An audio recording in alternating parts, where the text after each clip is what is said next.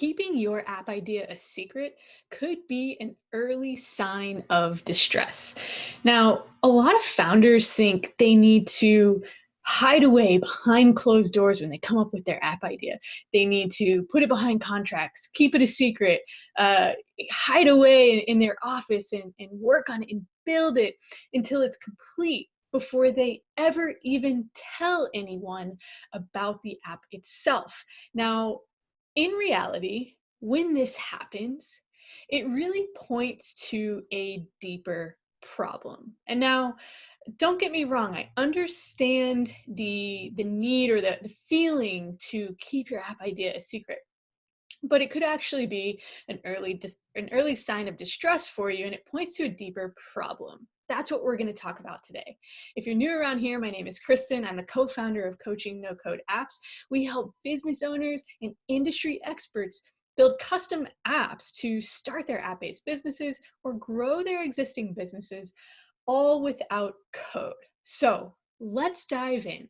Why does the feeling or the need to keep your app idea a secret, why does that indicate an early sign of distress?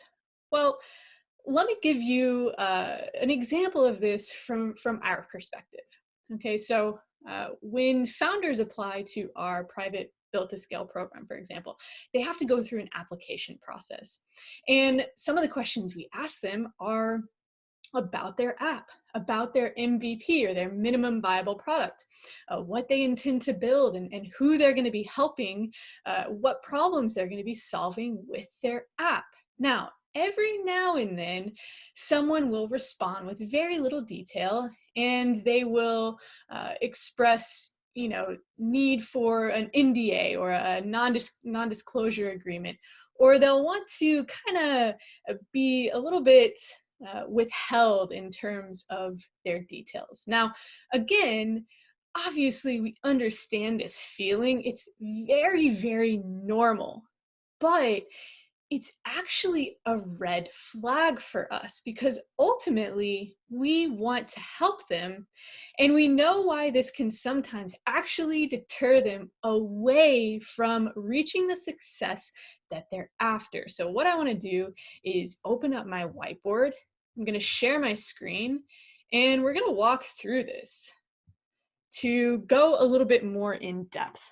So here's the thing. Your app, it's not an idea. And I try to drive this home over and over with our founders. Your app is not an idea. In reality, it's a solution. Okay, so your app, oops, that is not an A, your app, it's not an idea. Okay, your app is a solution. And I want you to remember that and think about that, especially as we talk through what all of this means, but moving forward too, all throughout your development. Okay, your app is a solution. It solves a very specific problem that you've identified. Okay, you are building an app to solve a problem. Now, let's look at that problem, the problem you're solving on a spectrum. Okay, so here's our spectrum, and we're going to talk about the severity of the problem. So over on the right side here, we have a severe problem.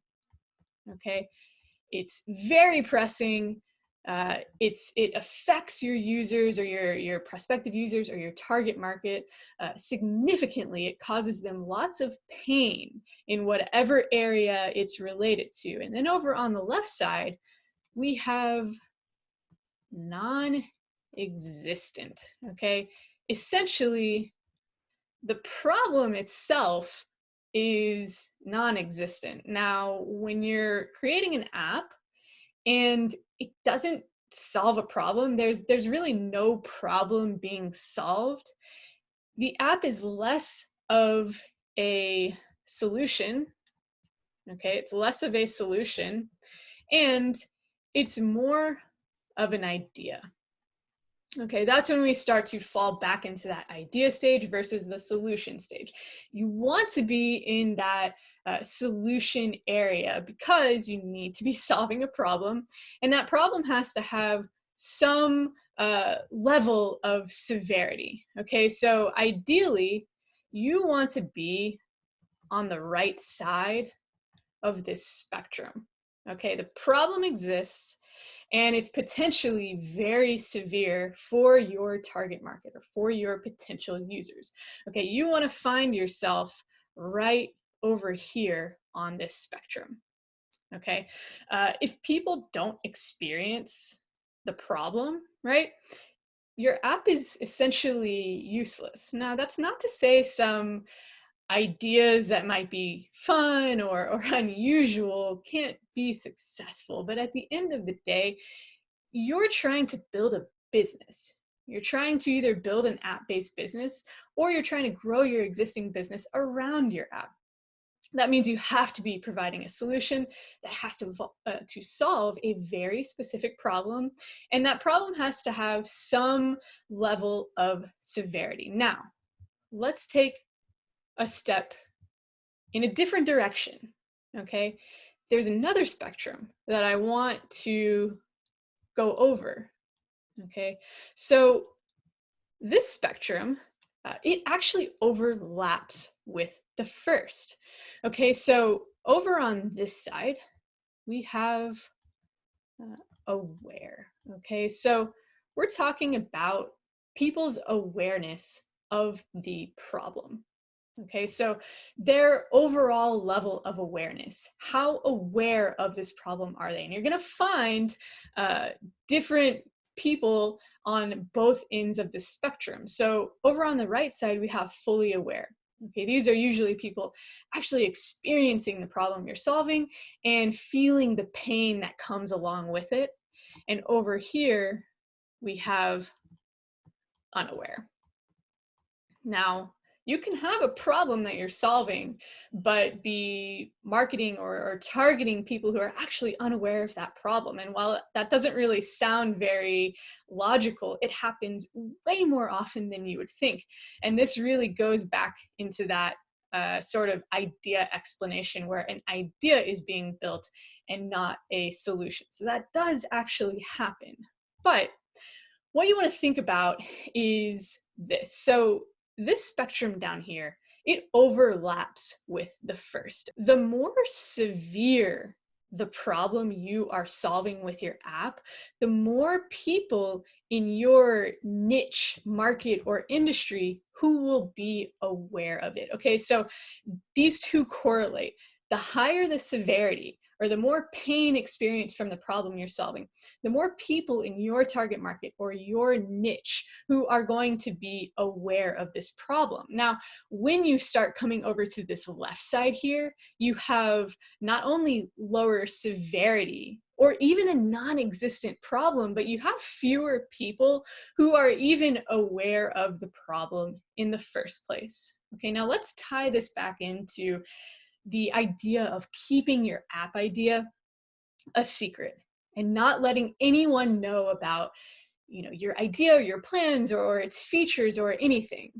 So just because people are unaware of the problem or the severity is low, you might be thinking, well, if that's the case, then there might be less competition, right? Fewer people trying to solve that problem, or fewer people who will be competing with me. Okay, but this doesn't mean less competition. Really, it means less need for your app, less or fewer potential users for your app, a more narrow or non-existent target market for your app. Okay, so if you are on the right end of these spectrums, okay, you are solving a known and pressing problem, and that is good.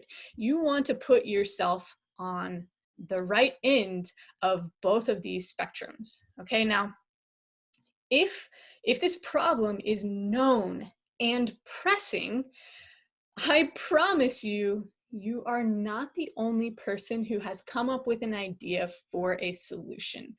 Okay, I want to repeat that. if you are solving a problem that has some level of severity, and there are users out there or potential users who are aware of that problem, I promise you, you're not the only one who is either in the process of thinking of a solution, in the process of creating a solution, or who has just thought of a solution. In fact, there are probably other solutions out there already.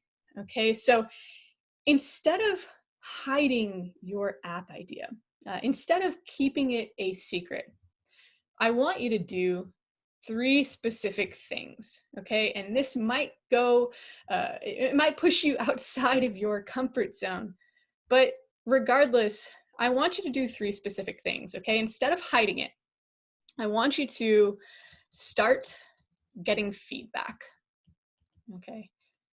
That's number one. And I don't even necessarily mean on your app itself.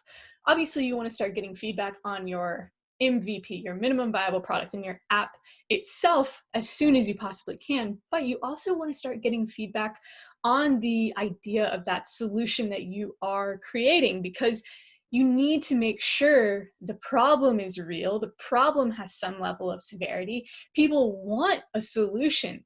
And until you start getting feedback, which is going to involve you sharing some parts of your idea, you're going to have a hard time moving forward and creating something that your target market actually wants and will use. Okay, so number one, start getting feedback right away as soon as you can. And number two, find help. Okay, this can look tons of different ways. The help you get could be from a partner. It could be from some videos to start out with. It could be from a course. It could be from a consultant. It could be from a team.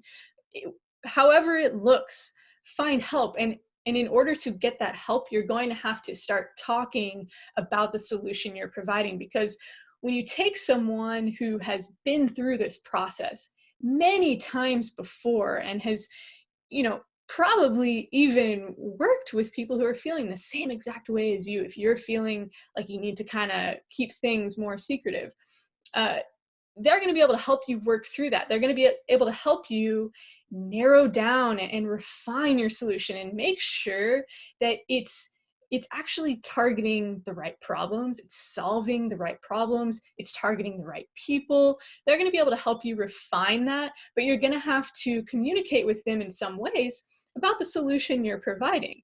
Okay? And number three, I want you to start generating interest if you haven't already. Okay, again, this involves talking about your solution. Now, when you start talking about your solution, you might, if you've been feeling this way before, you might feel scared, like when you talk about it, someone's going to steal it. But you have to understand that you need to build interest around your app, or else you're going to have a hard time bringing users on board, and you can't wait to do that until your app is finished and launched. You have to start doing that very early on, because you need to start getting test users and beta users in the doors early on before you do those later launches where you start rolling out and expanding its features. You need to start generating interest early on, and you need to start talking about your app in order to do that. Okay, so listen, the reality is, if you have competition, it's a good sign. It's a really good sign. It means that the problem you're solving is real. It's severe enough for people to buy a solution or to look for a solution. It means there is a target market. I hope that's helpful for you. I hope this helps you take a little bit of a different viewpoint, because the reality is, when people are really scared to share their idea for their solution, it can be detrimental for them in the long run. It can hold them back from succeeding. It can expand their time frames exponentially, and overall it can make their journey a lot more difficult. And we want you moving forward as quickly, efficiently, and strategically as you possibly can. So remember, figure out where you are on these spectrums. start getting feedback, finding help, and generating interest. And if you have any questions or thoughts or any experience of your own with this, drop a comment down below and let us know. Let us know your experience. All right, I hope that was helpful, and we'll see you in the next one.